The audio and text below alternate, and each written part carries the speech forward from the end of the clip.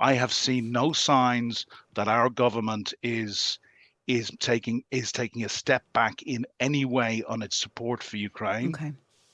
Nor have we seen any signs that if we were to have a change of government in just over a year's time, that there would be any loosening of support.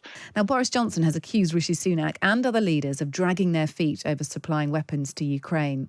He said that the West is still underestimating Kyiv's ability to finish the job, and added that Britain has contributed only a fraction of what the United States has given to Ukraine so far. To talk me through the comments, I'm joined by Cormac Smith, who is former communications advisor to the Ukraine Foreign Minister and former UK diplomat. Cormac, good evening. Welcome to Times Radio. Kate, good evening. Thank you very much for having me on. Is Boris Johnson right to say that Rishi Sunak and other Western leaders are dragging their feet over supplying weapons to Ukraine? I'll betray my politics. The second kindest thing I could say about Boris Johnson is he divides opinion. The kindest thing I could say about him is he has always got it right on Ukraine, and he has huge respect. I read this article. It was sent to me at 7:30 this morning from Kyiv, actually, and I agree with every single word in it. Do you want me to summarize it? I mean, he says, look, he says three things, mate. Sorry, Kate. Go on. I was going to say there's three key messages in the article for me. He talks about the fact that we're not doing enough and we have been arming Ukraine incrementally. Now, there were four main weapon systems which Ukraine needed. There was air defenses, there was modern battle tanks, there was long-range artillery, and there was modern fighter jets.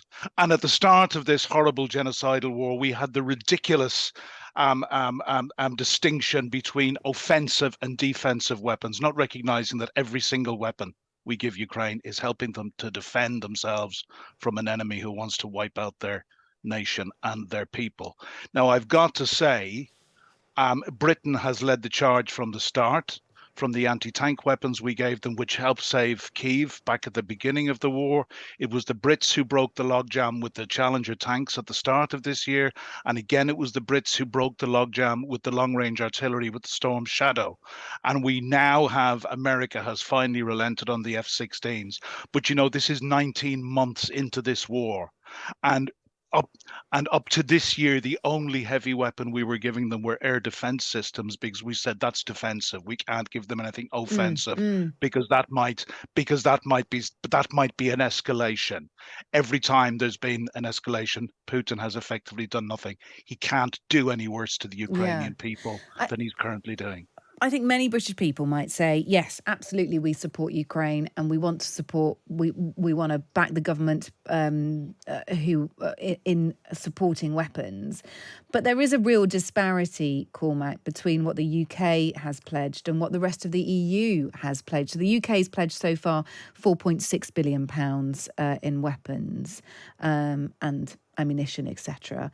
The EU as a whole has pledged only £1 billion more than the UK singularly. So there's a big disparity there.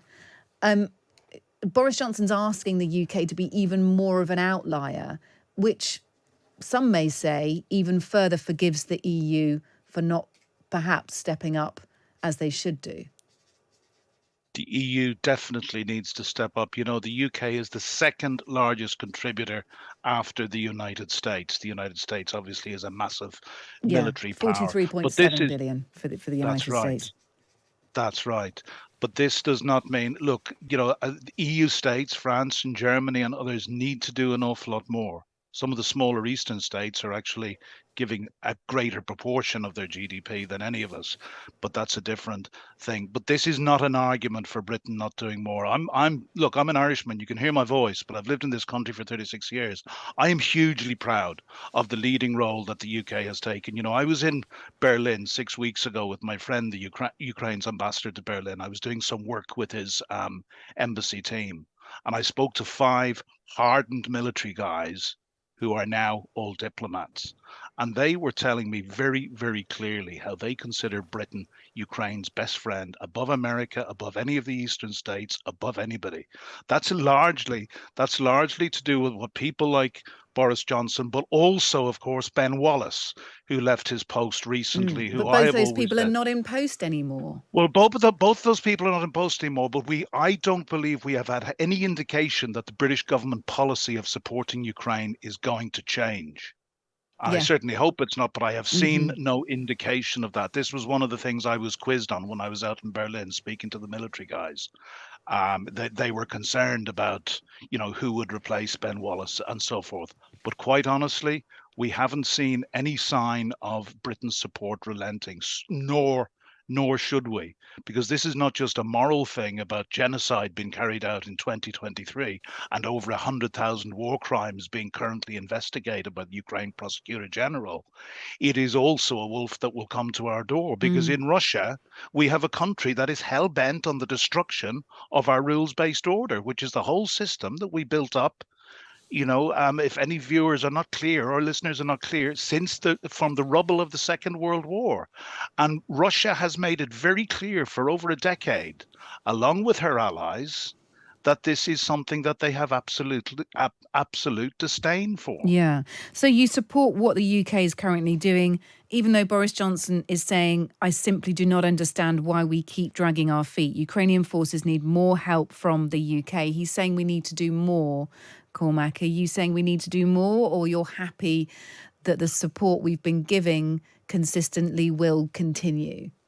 Look, Kate, as a friend of Ukraine, I always want us to do more, but I'm very, very clear that the UK does more than anybody. As I said, with the exception of the United States putting more money in. But when I speak to diplomats and people on the ground, they tell me also about the massive work that the UK has done behind the scenes to actually marshal support from others and to get others online. And this is something that a lot of people don't know about. Now, I am not privy to the current plans. We've just had a change of Secretary of Defense. Yeah. Sorry, Minister of Defense. Sorry, I'm getting my titles mixed up, but you know what I'm talking about. US versus UK, but Yes, we know Ben what you mean. Wallace's replacement. Yeah. All I can say honestly, I've got a much bigger inside track to the Ukrainian government than I have to the British government, to be honest. I have not, from scrutinizing the news very carefully, I have seen no signs that our government is taking a step back in any way on its support for Ukraine. Okay. Nor have we seen any signs that if we were to have a change of government in just over a year's time, that there would be any loosening of support. Now, I'm being optimistic. That is obviously what I want to believe, but I have not seen anything of concern. I believe Britain's support for Ukraine will continue, and so it should. All right. Well, listen, thank you so much for speaking to us this evening. Cormac Smith, former communications advisor to the Ukraine Foreign Minister and former UK diplomat. Good to speak to you. Thank you for joining us.